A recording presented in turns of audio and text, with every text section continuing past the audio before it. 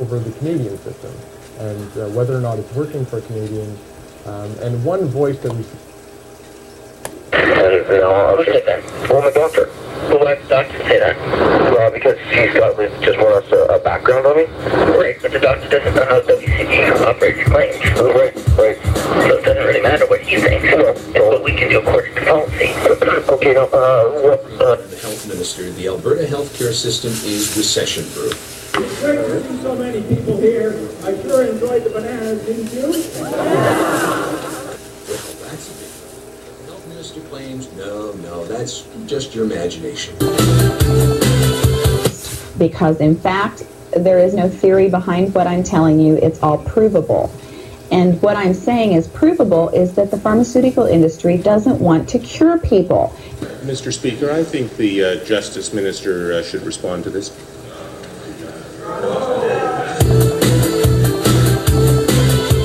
The workers' compensation insurance companies use the independent medical exam, or the IME, in order to make certain determinations about whether they're going to pay medical benefits, approve medical care, or even pay you actual weekly monetary benefits. The insurance companies use this exam oftentimes to suspend your payments, reduce your payments, or not approve surgery. Well, that's a big relief. Over the years, I have found that there are things that are not very independent about these exams. They are not often medical exams, and you're lucky if you even get an exam. What will happen is you will receive a notice to attend an independent medical exam. When you receive this notice, please make sure to record the time, date, and location of this exam. If you miss this exam, it can greatly affect your case. Happy with that because some people feel that their name's been in too long. Also, you really need to know where you're going.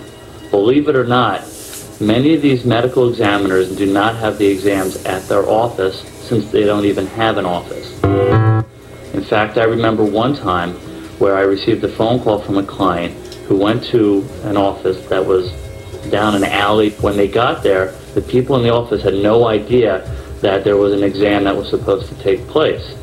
It turned out later the independent medical examiner didn't even know where he was going and never showed up. I'm interested in eating my cookie. So please be sure to pay attention to where you're going. The independent medical examiner is not your friend and is not your doctor. There's a lot of mistrust of what we're on about. There's nothing I can do about mistrust except to say wait and see. Many of these doctors are retired or semi-retired, and all they do is independent medical exams. They can be paid hundreds of dollars per exam and do dozens and dozens of exams a week. Just because they're friendly to you doesn't mean that they're your friend. What's your answer? Go for it, sir. What's your answer? Why don't you answer your question, sir? What's your answer? Recently, the New York Times did an article about independent medical exams. It is a very interesting article to actually show you that what the doctor examines, what the doctor says, and what the doctor writes is often very different. They even have a video that an injured worker did of his examination. During that video, you can hear the doctor talking about certain things that were affecting this injured worker. The actual written report, however, showed something very different. Most amazingly, when the doctor was asked about this, he shrugged his shoulders and said, "So what? That's the way it is." The witness isn't responding. So once again, please remember, these exams are not very independent. They're being paid for by the insurance company, and you need to protect yourself. I dislike your comments, sir. The New York State Workers' Compensation Law allows you to record your examination or bring somebody with you to your exam. I strongly suggest that you do this. Why? Because you never know what the doctor will say, what the doctor will write, or what will happen. You can record this exam with an audio tape recorder or a videotape recorder.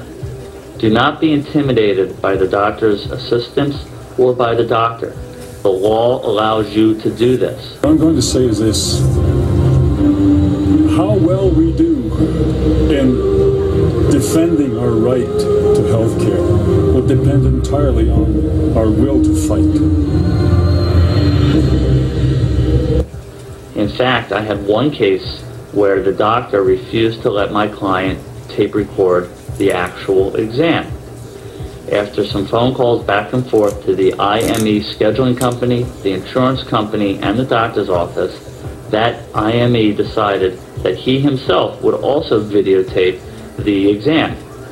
That was fine by me. It's very simple. If somebody's being recorded, they will likely do what they are supposed to do. Okay! You may not believe it, but even if you have a very good exam, what the medical report shows afterwards can be very different. There's a lot of mistrust of what we're on about. If for some reason you cannot actually record the examination, please write down some notes about what happened. When you get the medical report, please carefully read it and make any notations about things that were said or not said, so that we can provide this proof to the judge. Many of these exams can take less than a couple minutes. You heard me right, less than a couple minutes. I know people who have waited hours for an IME exam.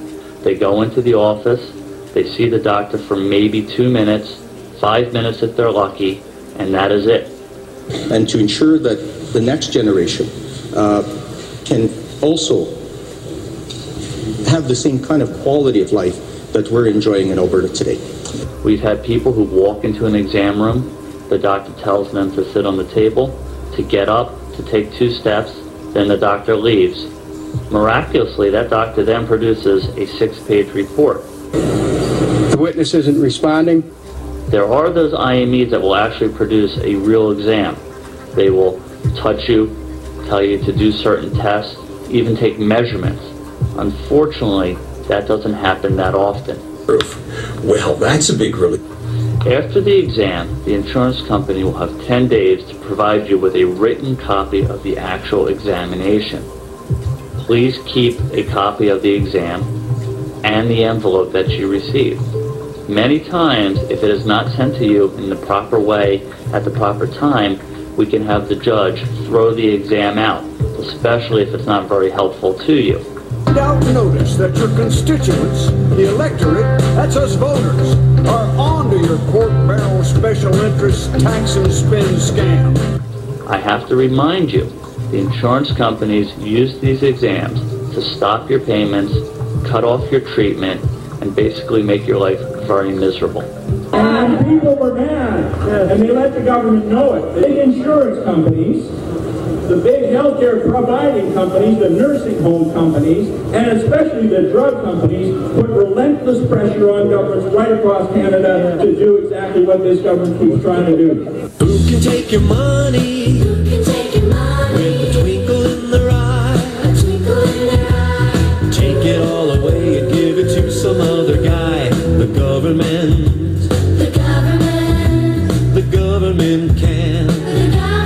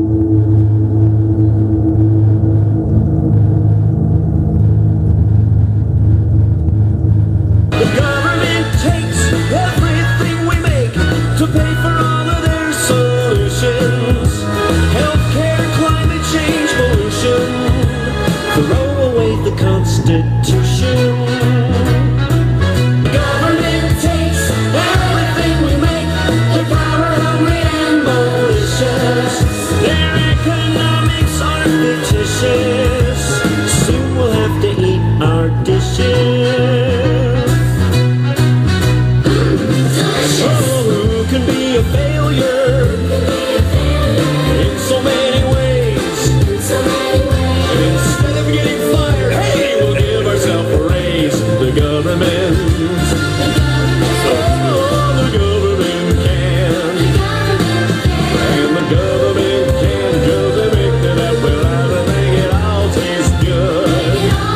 debate over the Canadian system and whether or not it's working for Canadians. And one voice that we've seen popping up now is that of Dr. Brian Day. The Canadian health system is a system which focuses on the system rather than the patient. We're calling for a patient-focused system. And what we have in Canada is access to a government state-mandated wait list. And the wait lists are long. The patients are languishing and suffering on wait lists. You're not allowed to bill for medically necessary hospital or physician services. In Canada, there's a debate over the privatization of services. In Canada, a number of the clinics are breaking the law by billing patients for medically necessary healthcare services, what we call extra billing. The Council of Canadians obviously shares the concerns of the other groups at this table about critical issues. And I just want to add that Stephen Harper does not deserve to be re-elected because of his record on trade.